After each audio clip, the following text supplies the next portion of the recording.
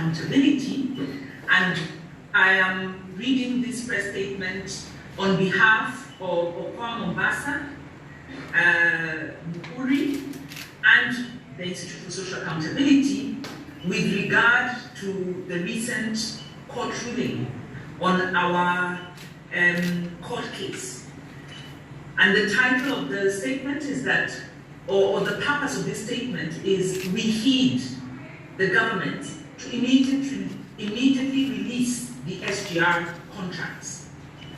These contracts were the subject of the lawsuit. As most of you are aware, on 13th May, the High Court in Mombasa issued a judgment in our case ordering the government to release all contracts, agreements, and studies related to the construction and operation of the standard gauge railway.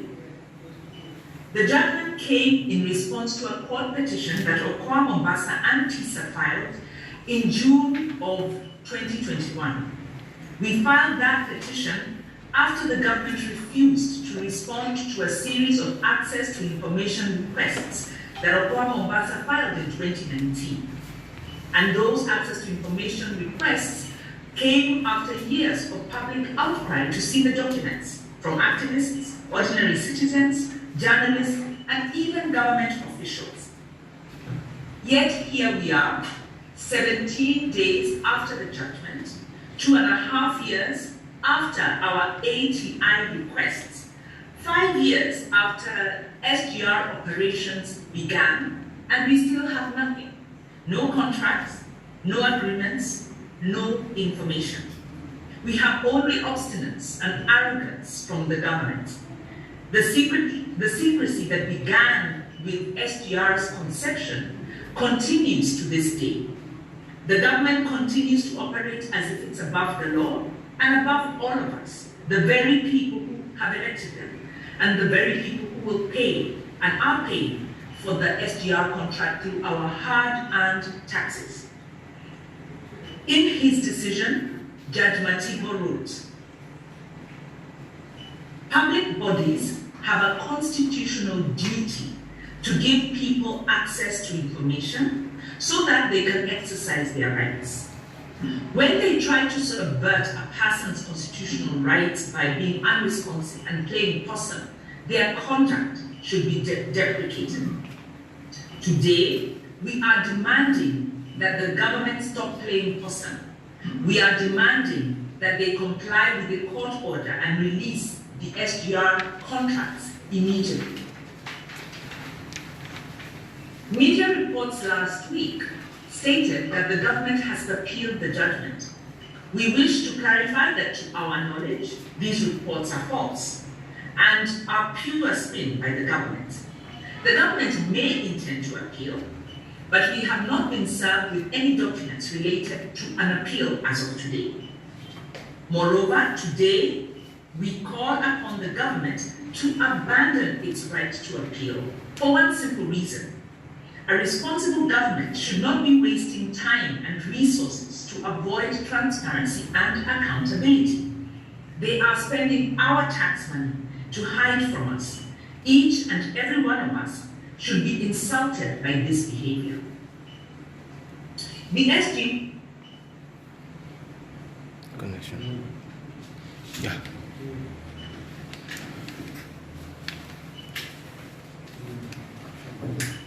Go ahead. The SGR is the most expensive infrastructure project in Kenya's history. At 450 billion Kenyan shillings, it has been one of Kenya's most disastrous ones. It has devastated Mombasa's economy by moving port operations inland. It has added to Kenya's growing and unsustainable debt. It has operated at a loss. And there may be more problems to come. We won't know until we see the contract. We have a right to know all of this, how our money is being spent, the consequences of a loan default and government's decision-making processes in signing the deal. We have a right to see the contracts and other documentation. We repeat our call for the government to release them immediately.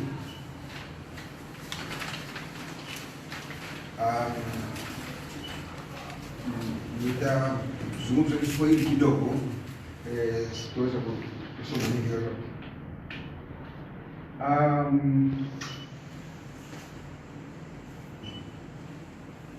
Miaka mitatu iliyopita tuliandikia idara zote za serikali kutaka kujua huu mkataba baina wao na Exim Bank ulikwenda vipi, na kwa mujibu wa katiba inatupa ruhusa sisi kama mashirika na inatupa ruhusa mwananchi yoyote akiwa anataka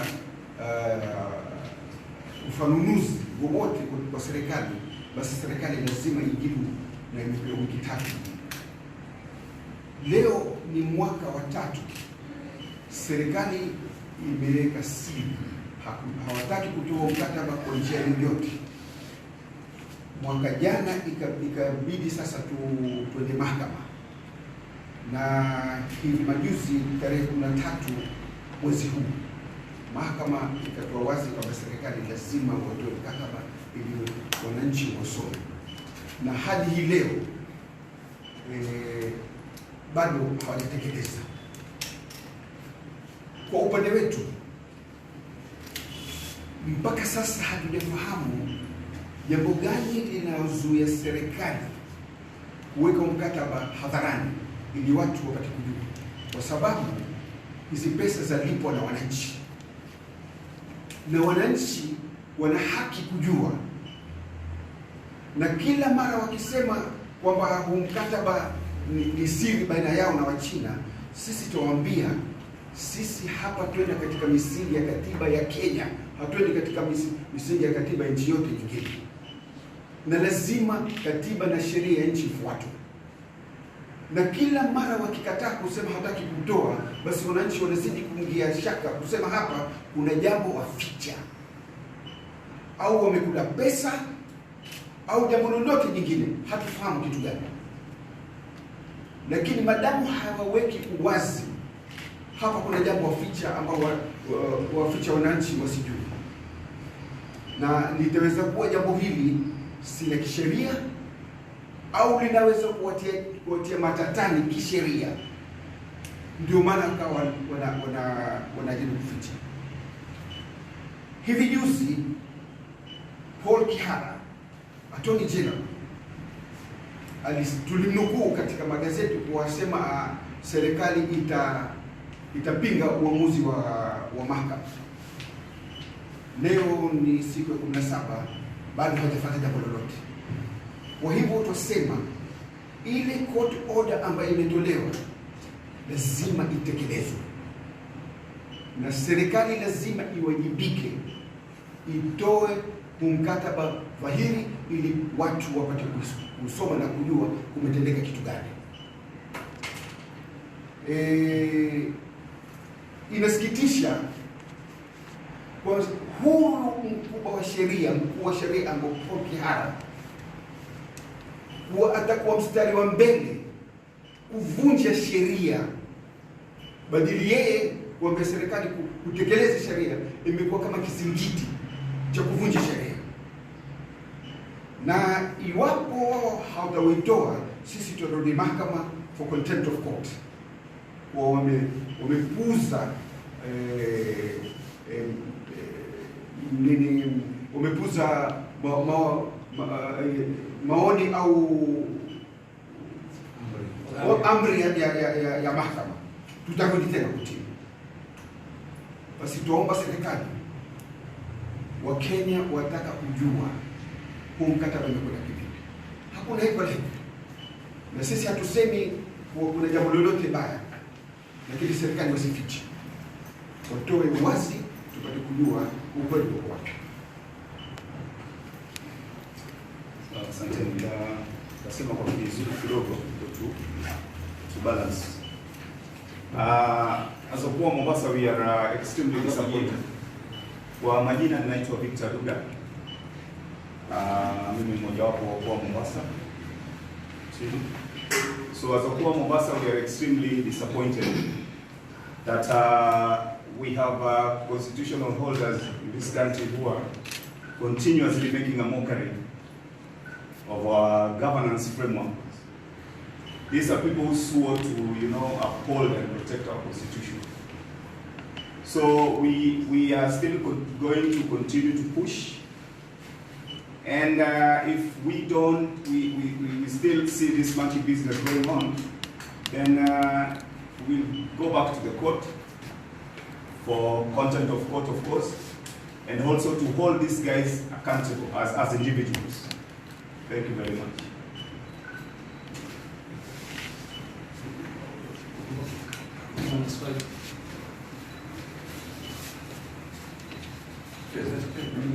Any questions or any maswali? Labda kama kuna maswali, utafurahia kutoa maswali. During the issue of appeal,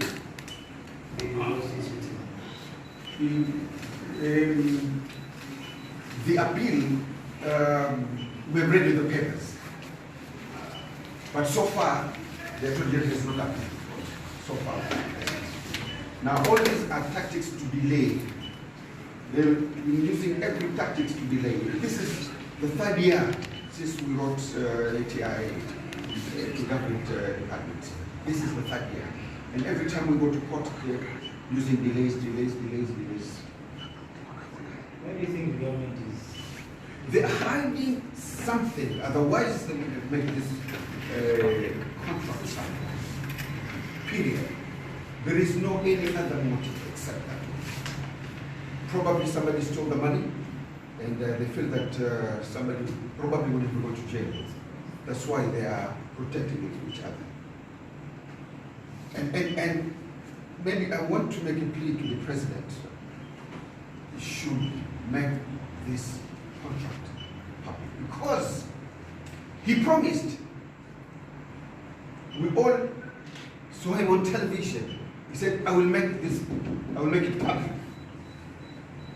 About a year ago. Till today he didn't. We don't understand why. The Constitution, it is very clear. It is our right, and everybody is right. Access to Information Act, it is there in the Constitution. So we can ask, the government should be open. But it isn't. What do you think is the danger of their action? By hiding something, there is something illegal. If the agreement was open for everybody to see, then we say, okay. But they're hiding something. By hiding something, the rumors goes around, maybe there is corruption in it. That's why they don't want to make it public. From the legal perspective, moving forward in terms of this multi-billion project, do you think there is need to strengthen the law, in terms of the dealings that the Kenyan government undertakes with our parties? From the legal perspective and what you have experienced so far, do you think there is need for more legal stringent legal framework to deal with this thing going forward?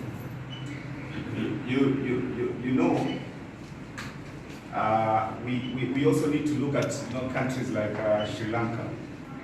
As a country, when you keep on ignoring the legal frameworks, because truth be told, we have very, very proper legal frameworks in this country. But then when you keep on ignoring them, we realize as a country that you find yourself in a spot where we find, like what happened in Sri Lanka, where you just realize as a country that you can't function. Because suddenly you have debts that, you are unmanageable. You are in a situation where there were no warnings. The beauty of this legal framework, these are the warnings. This is where you fence so that you protect the country. So we are extremely disappointed, like we said, and we are watching the government, and we're going to keep on pushing, because this habit, we confidently say that we've seen this habit for the last 10 years of this government. This has been a habit, and people need to learn that it has to stop. My question to Mr. Chairman, you said you are contemplating going to court to file contempt of court. In particular, who are you intending to sue for contravening the court order?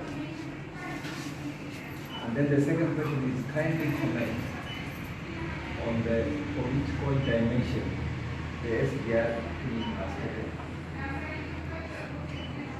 To answer that question, what makes you feel if you go back to court or condemn the court, they will now respect whatever order that you give them?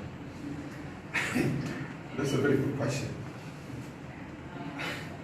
Personally, I don't think these people will ever release it. Kwa sababu ndani yake kuna ukora. And these people who signed this agreement, these people will go to jail. And mind you, these people, even if they disobey court orders today, they will not remain in power forever. Hawa watu wametukosea nchi nzima. Tunajua wazi, si mara ya kwanza kwamba wao hawaobey court orders. Mara nyingi wamefanya. Lakini tunasema hesabu zitakuja baadaye. Na hatutawaacha. Kwa sababu sheria lazima ifuatwe. Sheria lazima ifuatwe.